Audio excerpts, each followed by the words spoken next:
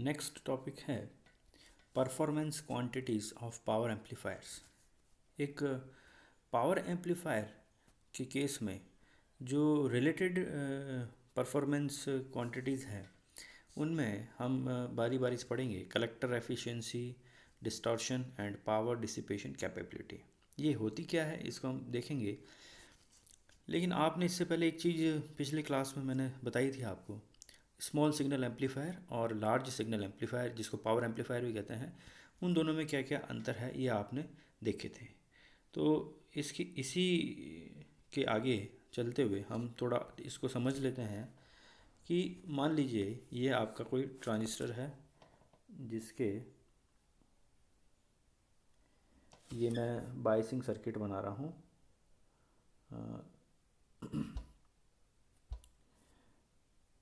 ये जिसको मैं बना रहा हूँ ये आपका पोटेंशियल डिवाइडर सर्किट R1 और R2 रेजिस्टेंस हो गया।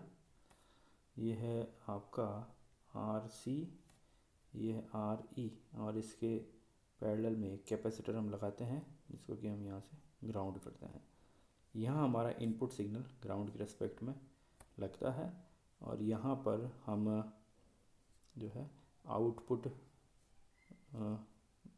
देखते हैं। ये आपका इनपुट सिग्नल हो गया। ये एक सिंपल सा स्मॉल सिग्नल एम्पलीफायर बना रहा हूँ मैं, तो जिसका पोटेंशियल डिवाइडर बायसिंग सर्किट के साथ में बना रहा हूँ और ये कुछ वोल्ट का सिग्नल आपको मिलेगा। यहाँ पर आपकी सप्लाई हो जाएगी VCC, ठीक है। तो ये आपका बेसिक ट्रांजिस्टर एम्पलीफायर का सर्किट है, कॉमन एमिटर ट्रांजिस्टर एम्पलीफायर। अब इसके अंदर जैसा कि आपको पता है कि इनपुट हमने लगाया है यहाँ पर और आउटपुट हम लेते हैं कलेक्टर पर, इस जगह पर ग्राउंड के रिस्पेक्ट में। तो जब आप आउटपुट यहाँ लेंगे तो RC रेजिस्टेंस जो है इसका बहुत रोल रहता है। तो कलेक्टर एफिशिएंसी जो हम इस टॉपिक में जो पहला आपका हेडिंग है इसी के टॉपिक के अंदर सब हेडिंग कलेक्टर एफिशिएंसी, इसके अंदर हम ये देखते हैं कि यहाँ से जो मैंने DC पावर लगा रखी है ये है आपकी DC, क्योंकि ये हम VCC जो लगा रही है DC पावर सप्लाई है, और यहाँ पर जो हमारा सिग्नल आ रहा है वो है AC। तो देखो इस DC को जो है ये ट्रांजिस्टर कन्वर्ट करेगा किस में, AC में, लेकिन सिग्नल इनपुट सिग्नल AC या इनपुट सिग्नल के अकॉर्डिंग। तो कहने का मतलब क्या हुआ, अगर मैं इसको इन सिंपल से ब्लॉक डायग्राम से समझाऊँ तो यहाँ जो मैं DC पावर लगा रहा हूँ इस ट्रांजिस्टर पर, ये है आपका स्मॉल सिग्नल एम्पलीफायर, और यहाँ मैं इनपुट लगा रहा हूँ और यहाँ पर आपको मिलेगा ये लार्ज सिग्नल, है ना। तो एक स्मॉल सिग्नल एम्पलीफायर क्या करता है, इस इनपुट सिग्नल के रेस्पेक्ट में इस DC को एब्जॉर्ब करते हुए आपको आउटपुट में एक AC सिग्नल देता है। समझ आई। तो DC पावर जो है उसको एक स्मॉल सिग्नल एम्पलीफायर कन्वर्ट करेगा AC पावर में with respect to input AC signal, यानी उसी के शेप में करेगा। ऐसा नहीं है कि यह इनपुट में साइन वेव दिए तो आउटपुट में आपको स्क्वायर वेव मिल जाएगी। डिपेंड करता है कि आपका जो सिग्नल है वो ज़्यादा है या कम है। अगर कम होगा तो जो है कम DC पावर की ज़रूरत होगी, और ज़्यादा होगा तो थोड़ी ज़्यादा पावर की ज़रूरत होगी। लेकिन क्योंकि स्मॉल सिग्नल है तो ये बहुत ज़्यादा सिग्नल नहीं हो सकता, ये कुछ मिली वोल्ट की रेंज तक का ही होता है। तो कलेक्टर एफिशिएंसी में हम पढ़ेंगे कि इसकी जो एबिलिटी है कि वो DC पावर को AC पावर में कन्वर्ट करती है वो कितनी है। अगर वो अच्छी है तो आपको आउटपुट में ज़्यादा अच्छा जो है सिग्नल मिलेगा। तो जो जो इसकी लैंग्वेज है उसको अगर आप पढ़ें तो इसमें यही लिखा है कि the main criteria of a power amplifier is to give the maximum AC power output. The power amplifier converts DC power from supply into AC power output. Therefore the ability of the power amplifier to convert DC power from the supply source into AC output power is the measure of its effectiveness. This is defined in terms of collector efficiency. तो जो finally है वो क्या है, final ये है कि एक रेशियो है ना।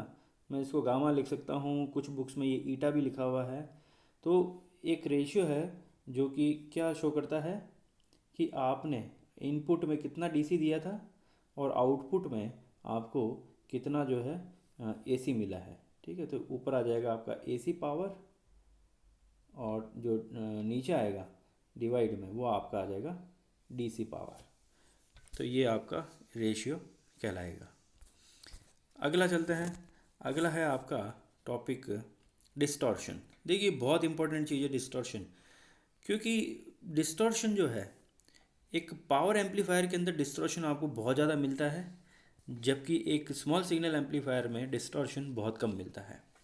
तो ये डिस्टॉर्शन होता क्या है, विकृति जिसको हिंदी में कहें। विकृति क्या होती है, देखिए मैंने पिछली क्लास में आपको एक क्यू वैल्यू बताई थी। ये आपका VCC और यहाँ पर मैं ले रहा हूँ IC।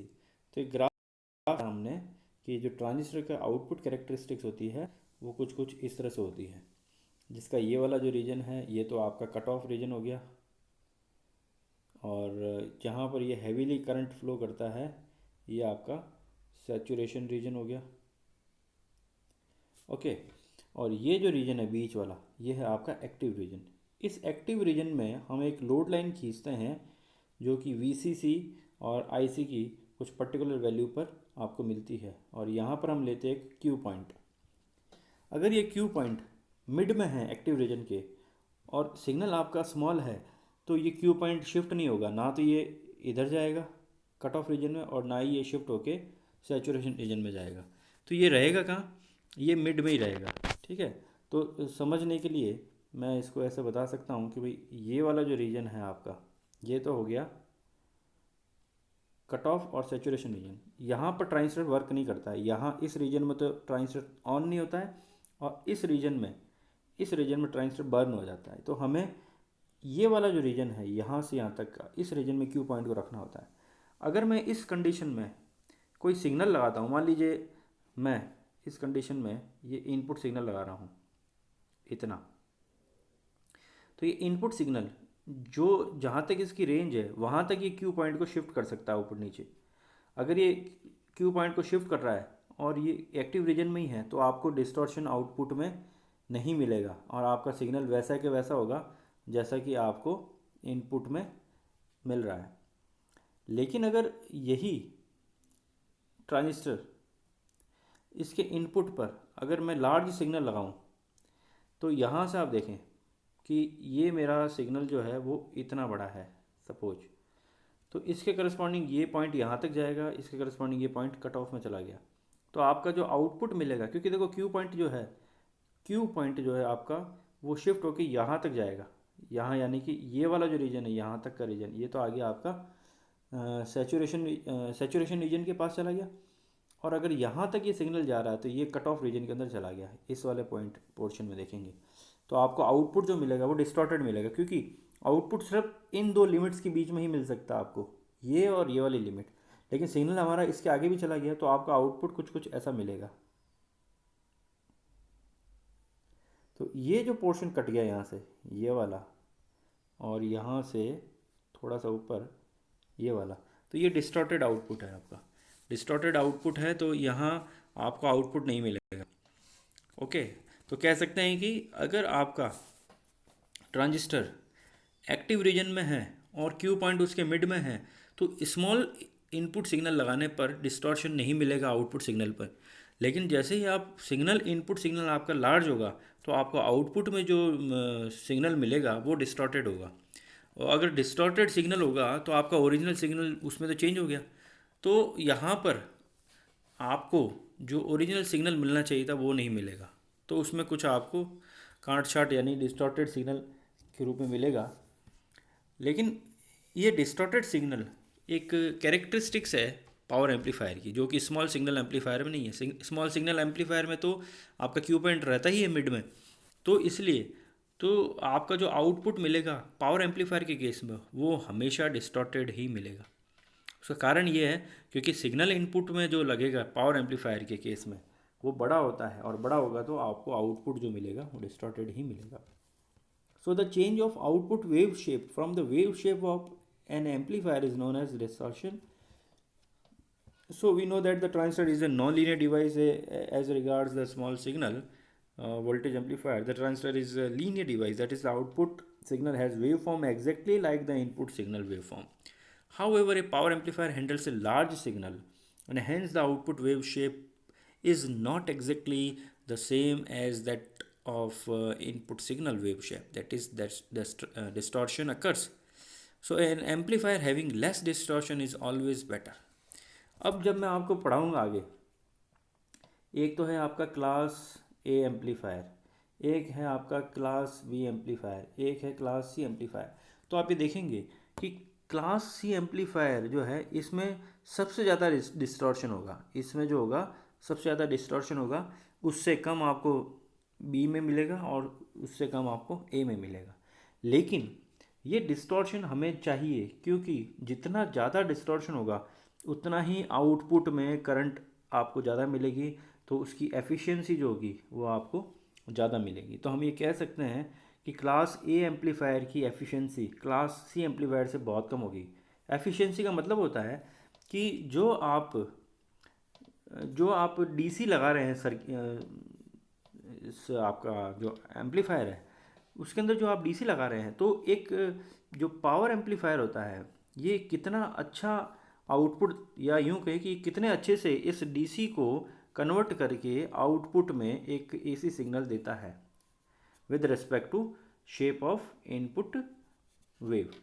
तो जितना ज़्यादा ये डीसी को कन्वर्ट करेगा एसी में ही उतना ही ज़्यादा इसकी एफिशिएंसी होगी, तो उतना ही अच्छा ये पावर एम्पलीफायर कहलाएगा। क्योंकि हमें जो है वो लाउड स्पीकर को चलाना है, ठीक है ना, तो उसके लिए ज़्यादा करंट की आवश्यकता होती है और ज़्यादा करंट के लिए हमें डिस्टॉर्शन तो वहाँ पर मिलेगा ही मिलेगा। तो ये चीज़ है, तो डिस्टॉर्शन हो गया। इसके बाद में आपका है पावर डिसिपेशन कैपेबिलिटी। देखिए ये भी बहुत इंपॉर्टेंट है, क्योंकि इनपुट करंट बहुत ज़्यादा है, क्योंकि इनपुट करंट आपके इस ट्रांजिस्टर के अंदर जो हम लगा रहे हैं ये तो हो गया आपका डीसी, लेकिन यहाँ जो इनपुट में सिग्नल ही वैसे बहुत लार्ज है, हाई सिग्नल है, तो इसके अंदर जो करंट होगी वो ज़्यादा होगी, और करंट जब ज़्यादा होगी तो आपका ये जो लार्ज सिग्नल एम्पलीफायर, ये जो पावर एम्पलीफायर है वो जल्दी गर्म हो जाएगा। आउटपुट तो मिलेगा आपको, ठीक है, इसमें कुछ डिस्टॉर्शन मिलेंगे यहाँ जिसको हिंदी में कर्तन कहते हैं, या कर्तन तो क्लिपिंग को कहते हैं, डिस्टॉर्शन यानी विकृति।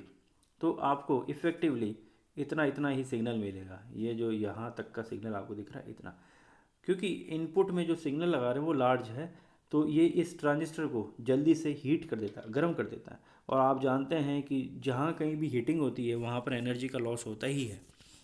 तो इसलिए एक अच्छा पावर एम्पलीफायर वो होता है जिसके अंदर ये हीट लॉस जो है या पावर लॉस जो है वो मिनिमम हो। तो पावर लॉस मिनिमम हो, इसके लिए क्या क्या चीज़ें करी जा सकती है, तो एक तो उसका एरिया बढ़ा दो। एक तो ट्रांजिस्टर, इसलिए ट्रांजिस्टर जो होते हैं पावर एम्पलीफायर वाले ट्रांजिस्टर वो साइज़ में बड़े होते हैं ताकि उनकी हीट को निकलने के लिए जगह मिल जाए। अगर हीट निकल जाती है तो इससे क्या होता है कि उसकी एफिशिएंसी थोड़ी बढ़ जाती है। और दूसरा क्या होता है कि हमेशा जो ये पावर एम्पलीफायर होते हैं या पावर ट्रांजिस्टर होते हैं उसके ऊपर मेटल की कैप लगाई जाती है। मेटल जो होती है वो हीट को अच्छे से सराउंडिंग में पास कर सकता है। तो ये इसलिए जो है पावर डिसिपेशन बहुत इंपॉर्टेंट रोल रखता है एक पावर एम्पलीफायर के अंदर। तो आपका जो पॉइंट थर्ड है, the ability of a power transistor to dissipate heat is known as power dissipation capability. So as the power amplifier handles large currents and hence it is heated up during operation, any temperature change influences the operation of the transistor, so the transistor must dissipate the heat to the surroundings. This is the reason the power transistors are generally attached a heat sink, a metal case. Heat sink, sink का मतलब क्या होता है आपको पता ही है, जहाँ पर चीज़ें जाती है, जहाँ से चीज़ें बाहर निकलती है। सोर्स का मतलब जहाँ से चीज़ें आती है, सोर्स जैसे बैटरी आपकी सोर्स होती है ना, जहाँ से पावर आती है। लेकिन हीट सिंक क्या होती है, जहाँ से हीट सराउंडिंग में जाती है ना, तो उसको सिंक बोलते हैं, हीट सिंक। तो ये चीज़ें हैं। तो अब आप क्या करेंगे, अगला जो चैप्टर होगा, नेक्स्ट क्लास जो होगी, उसमें हम इसको पावर एम्पलीफायर की जो डिफरेंट क्लासिफिकेशंस है, क्लास ए क्लास बी, इनको हम डिटेल में पढ़ेंगे।